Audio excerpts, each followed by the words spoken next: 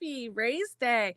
Feels really weird saying that, since almost all of our races are on Sunday, but we are back in Daytona and Florida, and I guess they figured we might as well do a Saturday night race because, well, Florida, rain, um, and maybe, just maybe, it won't rain.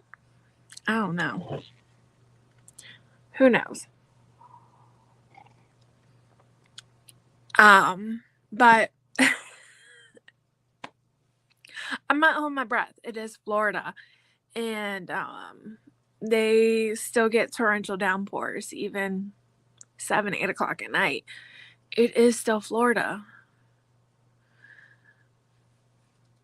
I'm gonna be hopeful though. Hopeful that the weather will play nice, and hopeful that we get to see the 400 tonight.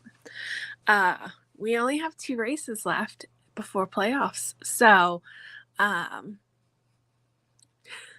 before we get to talking about that, we have to talk about the nightmare that was Michigan. So yeah, I said watch out for the rain. I didn't realize how true my words were gonna be. When I said watch out for the rain. But yeah, watch out for the rain. Next time maybe I need to choose my words wiser next time.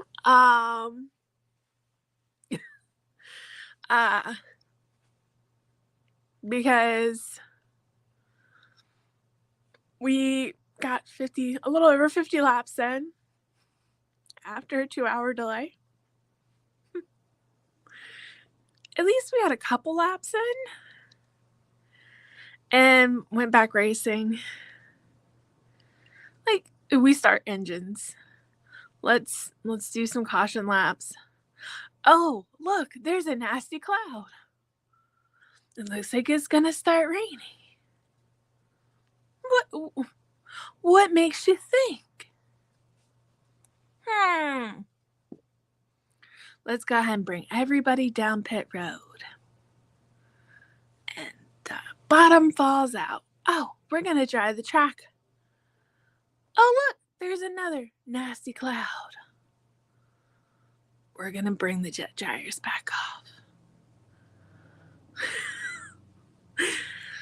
So yeah, 2 hours later, we finally get to go racing.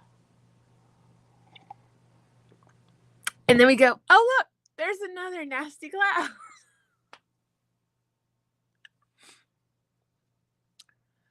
All right, everyone, come on back down to pit road. I don't think we're gonna meet the deadline now. Michigan has one race. It is in the middle of nowhere. So they don't have lights.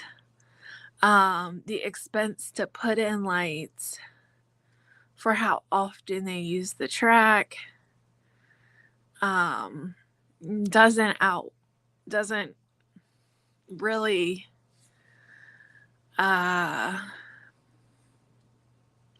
cost-wise make sense for them to put lights in. Overall, am I with everyone? Like, why do we go to tracks that don't have lights?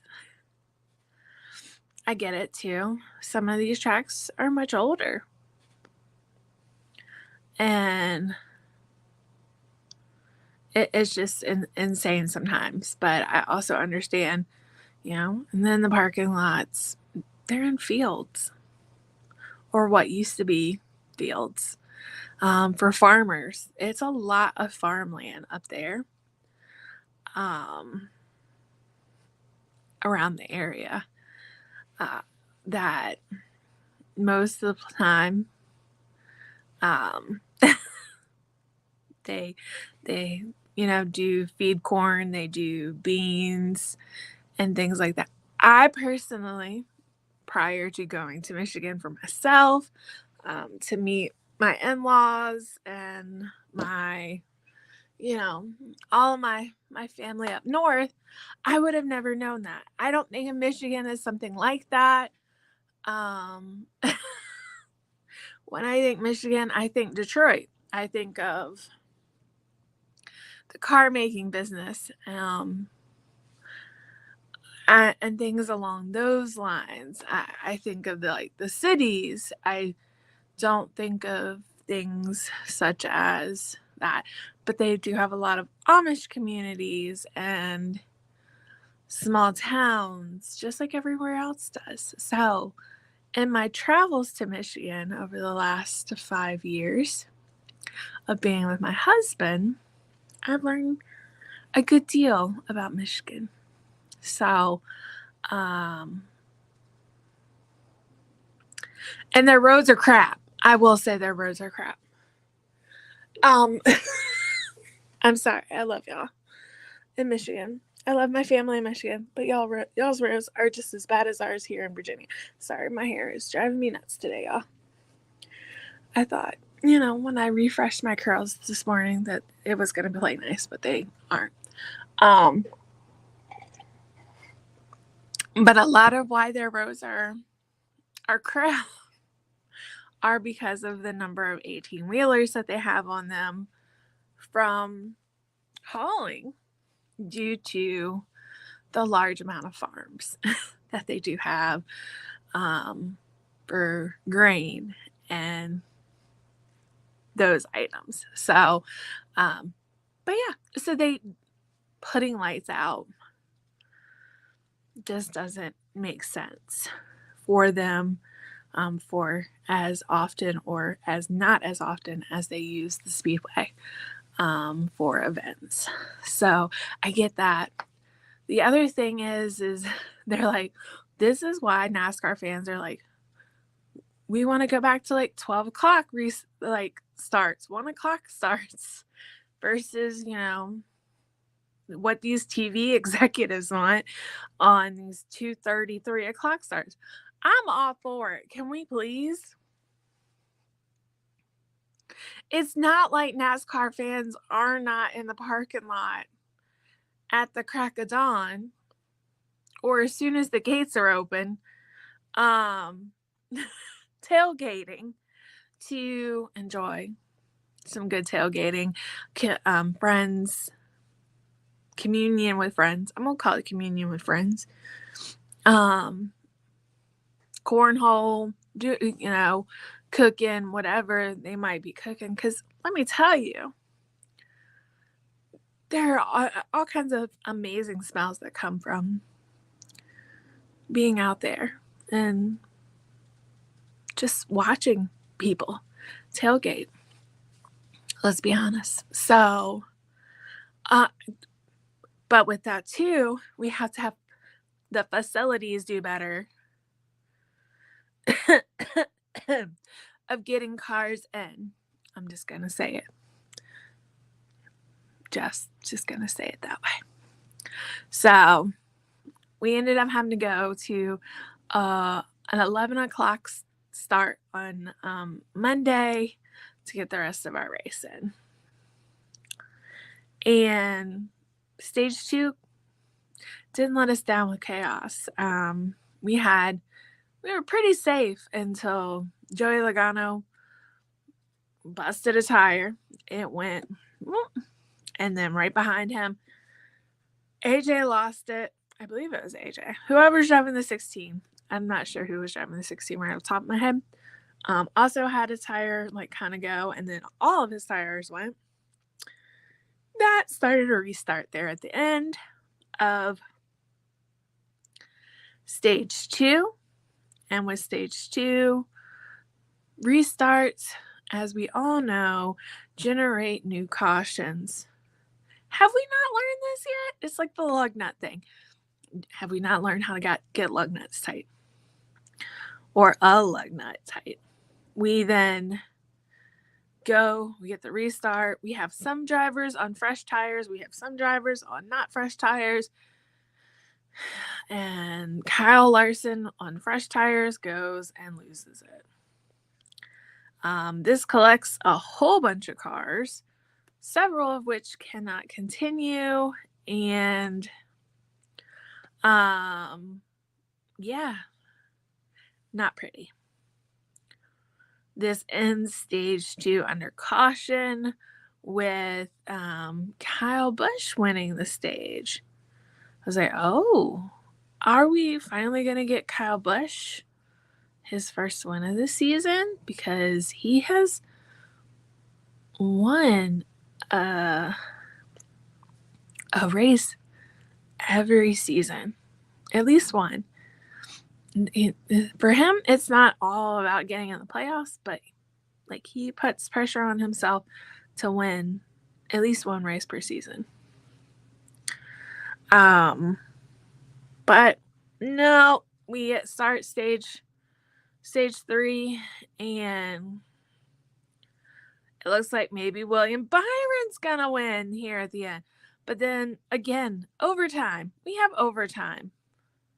Y'all, we have got to stop with these ridiculousnesses. Seriously. Because somehow we have forgotten that, cautions breed cautions. I'm not sure.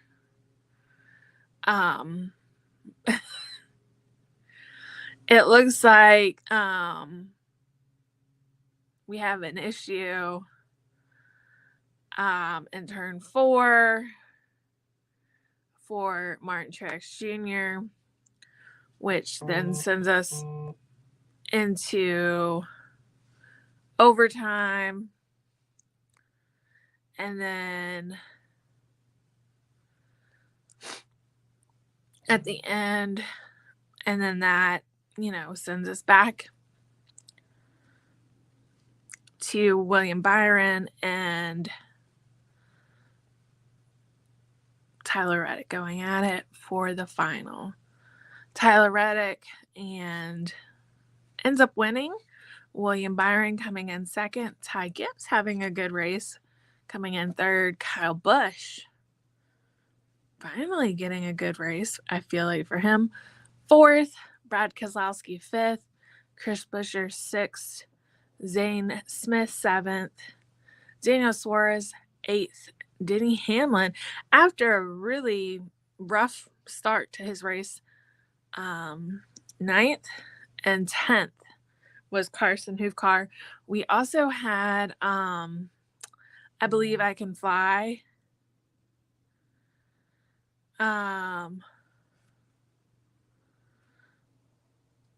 We had Corey LaJoie also in stage 3, who started stage 3 with I Believe I Can Fly. He got loose, and next thing we know, his car was upside down and flipping. And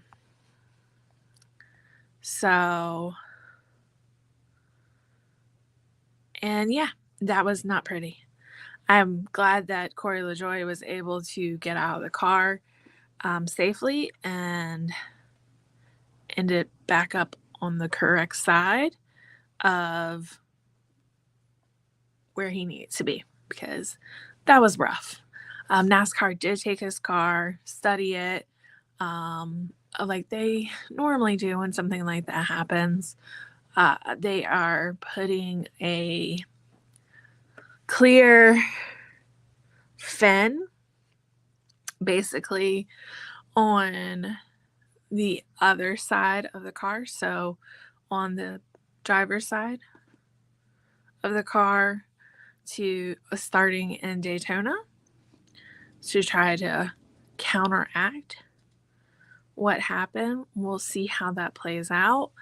I'm not sure how that's going to work, but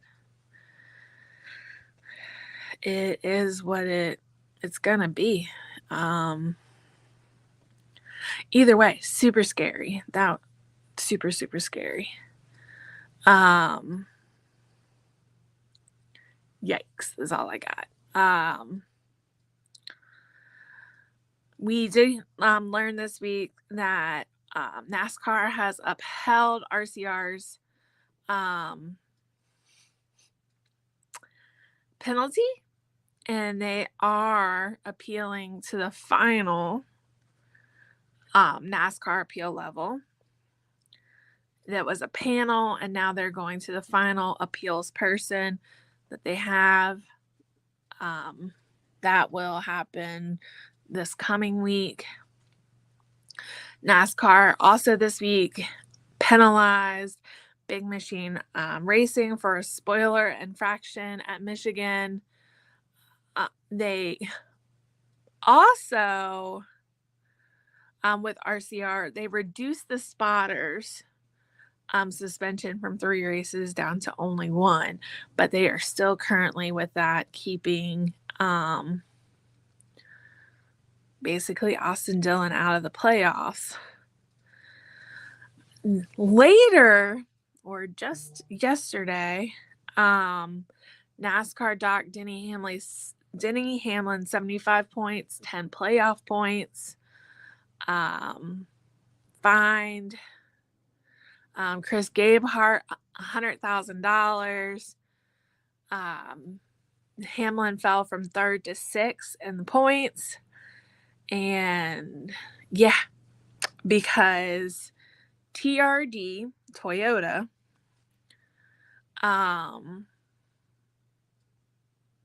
broke down his winning engine from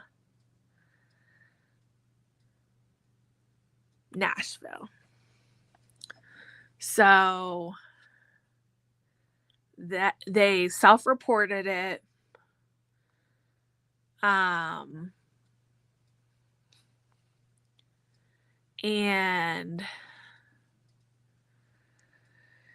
yeah, it was a very costly mistake on TRD's side. And so the engine, it says basically the TRD issued a statement that says, as the engine builder for our partner NASCAR Cup Series team, TRD is solely responsible for handling and disposition of all engines pre and post race. Despite procedures being in place, Denny Hamlin's race-winning engine from Bristol was mistakenly returned to one of their facilities. It was disassembled and rebuilt instead of being torn down and inspected by NASCAR per the rule book. So in the rule book, the engine cannot, if they are going to reuse that engine at any point in time again, which 99% of the time they're going to reuse that engine again, that engine must remain sealed, period. NASCAR has to be the one that tears it down. Although we know with absolute certainty that the engine was legal and would have passed inspection, we left NASCAR in an impossible position because they were not given opportunity to properly inspect the engine. So they self-reported it to it. And basically, NASCAR penalty was section 14.7.1.e. All race winning engines will be long block sealed by NASCAR and must be completely inspected by NASCAR before the engine may be disassembled by the team. If the team chooses to use the long block seal race-winning engine again before being inspected, the engine must be used in the same vehicle number the next time it's used. And then section 14.7.1.f, the long block engine assembly seal of a long block sealed engine must not be altered, removed, or replaced. And then 1.1.b, unless otherwise authorized by the series managing director, seals will be supplied. installed and removed by NASCAR officials only. Seals must not be removed without prior approval by NASCAR. And then 1.1.e, if a race-winning engine is sealed and presented for post-race inspection at a later date with a damaged, altered, or missing seal, an L2 penalty will be assessed. So that really, really hurt his chances of absolutely possibly getting a championship maybe this year. Guess we'll have to wait and see what happens there. Yesterday, they announced Zane Smith and Trackhouse will be parting ways after 2024 as well. Didn't necessarily see that one coming, but that was also announced. So today we do go to Daytona. The command to start engines for tonight is at 7:41. Richard Petty, Kyle Petty. Looks like all the Pettys are waving or are giving the command to start the engines today. So Richard, Kyle, Mark, Richie, and Timmy Petty are all doing that. The green flag is scheduled to wave sometime around 7:53. It's 160 laps for 400 miles on the 2.5 mile super speedway. Stage 1 ends at lap 35. Stage 2, 95. NBC and Peacock will broadcast the race starting at 7:30. Coverage begins at 7 on NBC and Peacock. Sirius XM will have it as well, channel 90. There is a 36% chance of rain today at the start of the race. Chris Buescher won the race a year ago, and then Brad Keselowski finished second. So just prepare for possible rain is all I'm going to say. I don't know if it will rain. I just know anything is possible. It is Florida. Michael McDowell, Todd Gilliland, Joey Logano, Ryan Preece, Josh Berry, Chase Briscoe, William Byron, Austin Cindric, Kyle Larson, and Chase Elliott are your top 10. We have 18 Chevrolets, 14 Fords, and 8 Toyotas. SVG is racing today. He is in the number 16. Trying to see if there was any other standout names on here for today. I'm not really seeing any. Austin Hill is in the number 33 today. Parker Reds, I'm not even going to try to butcher his name, is in the 62.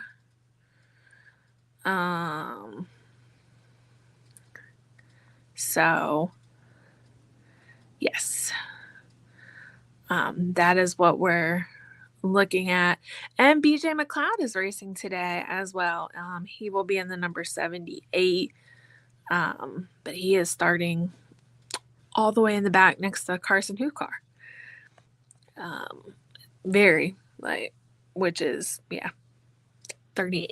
So, it shall be an interesting evening of racing. This is anyone's race. I would just say buckle your seatbelts this evening, probably with about 20 to go.